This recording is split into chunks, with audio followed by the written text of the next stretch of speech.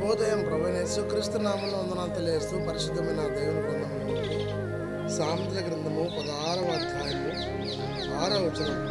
కృపాసత్యం వలన దోషముకు ప్రాయశ్చిత్తము కలుగును, యెహోవా యందు భయభక్తులు కలుగుట వలన మనుషులు చెడుతనం నుండి తొలగిపోతారు. ప్రార్థన చేసుకున్నాం. పరిశుద్ధుల ప్రేమ కలిగిన తండ్రి, వందనాలు స్తోత్రాలు చెల్లిస్తూ వాక్యం ధ్యానిస్తుండగా మీ సన్నిధిలో మాతో ఉంచి నడిపించి దీవించమని యేసుక్రీస్తు పేరిట ప్రార్థించడికి వేడుకొంచున్నాం తండ్రి. ఆమేన్.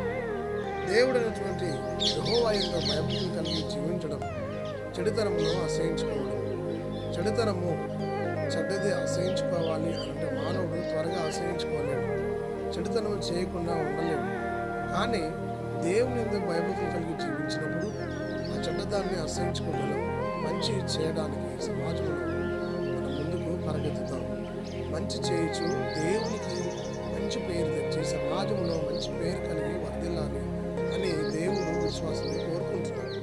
కాబట్టి కృపాసత్యం వలన దోషములకు ప్రాయశ్చిత్తము కలుగును.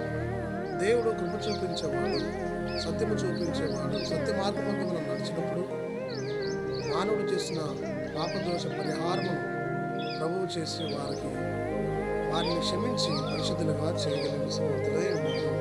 యెహోవా యందు భయభక్తులు కలిగి ఉండటం వలన మనుషులు చెడుతనం నుండి తొలగిపోతారు. దేవుని యందు భయభక్తులు కలిగి ఉంటారు. ఈ లోకంలో మానవుడికి దేవుడి భక్తితో విధేయత కలిగి దేవుని సేవిస్తూ చెడ్డలను ఆశ్రయించుకుని మేలు చేస్తారు.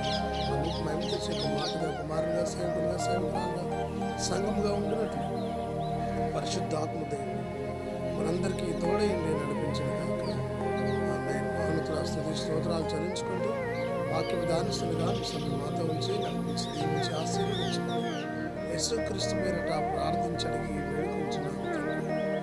ఆమేన్. తండ్రి, కుమార, పరిశుద్ధాత్మ త్రియేక దేవుడు సదా